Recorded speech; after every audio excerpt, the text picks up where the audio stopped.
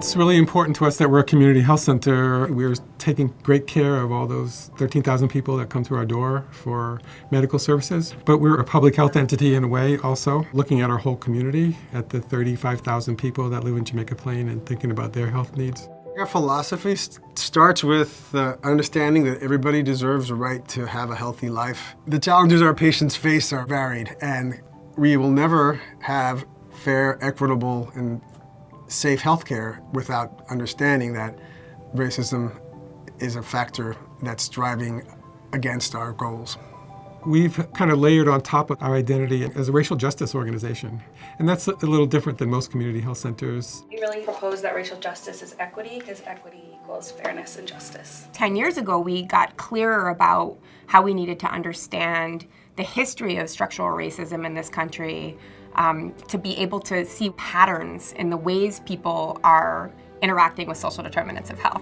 Only about 15% of a person's lifetime health is really dictated by how good their medical care is or whether they get any. Our board got together, some of our leadership, and said, well, what about the other 85%, and what is our role as a community health center in thinking about the other 85%? We found that at the bottom of every one of those inequities in housing and employment, in the safety that people have in the street, in the food, was racism, structural racism. It's a system of advantage based on race. It's not just about interpersonal, it's not even just institutional, it's really the connection between systems over time that have really formed the basis of racism. People will often say, well, why are we talking about racism? What about gender oppression? What about homophobia? And to that we say yes, yes, and yes. We want to address racism explicitly, but never exclusively. And in fact, we would say that you need to lead with a racial justice framework and then understand how that intersects with other forms of oppression. We ended up thinking like, well, how does that make our work in the exam room different? How does that make our work in community health different? How does that make the way we work together different? What can we do to address that as a small organization? So that's the journey we've been on, is figuring that out. I'm proud of the work that Southern Jamaica Plain Health Center is doing to advance racial equity throughout our city and throughout our system. Recognizing that health is not only about the delivery of care, but also about the social circumstances that we find ourselves in. Our first really in-depth project was to look at the health of young people in Jamaica Plain. On one side of our community, which is mostly white, young people were doing great. On the other side of the community, their health futures weren't so great. They were destined to not live as long and not have as much wealth, as much health. And so we started working with youth around this issue of understanding race, understanding racial identity development, and training them in public health thinking and involving them in some solutions. We made a very intentional decision that we would have white youth and youth of color, half and half. We would be coming together to do work that focused largely on epidemiology, but also was really focused with the heart. The working class, right? And then who's in the hood over here? These two hoods. More people of color, right? It can't just be an academic exercise. It has to include the heart. And I would dare say that that is the number one piece that has made this work stand out. What we found out is that in true adolescent form, they were thirsty for this. They were hungry for being able to, what they would say, do real work, be authentic in the process. He feels guilty, though. Yeah, he feels guilty. Yeah, but he says he doesn't understand how that could be, how they could still feel racism. We needed to really take the youth project as being the nexus of the work for adults. We started going to some of our partner organizations, the housing organizations, the employment organizations, and presenting it to their staff and training them about the things that impact health. That became the basis of the kind of open community training that we've been doing every month since then for the last almost 10 years.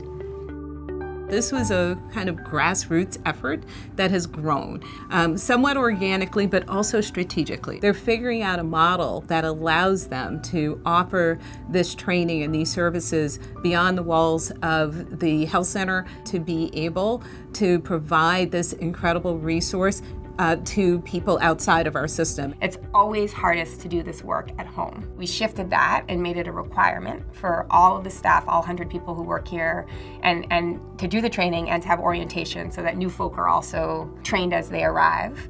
We also worked on a compact which explicitly addresses structural racism. Racism is often seen as a people of color problem. It's very much important to us that there be shared roles and that it gets away from having folks of color constantly in the position of educating, speaking to, crying about emotional experiences to get buy-in from the system to be able to get change to happen. We started a health equity committee. We're beginning to open up those spaces so that more people are able to access the information and think about what it means for them at the health center, and even think about just sort of day-to-day policy change that can happen. In attempting to discuss it with patients, we realized that being explicit from the outset and sort of saying to them, we know that many of our patients have faced racism or effects of racism in their healthcare. Have you experienced this?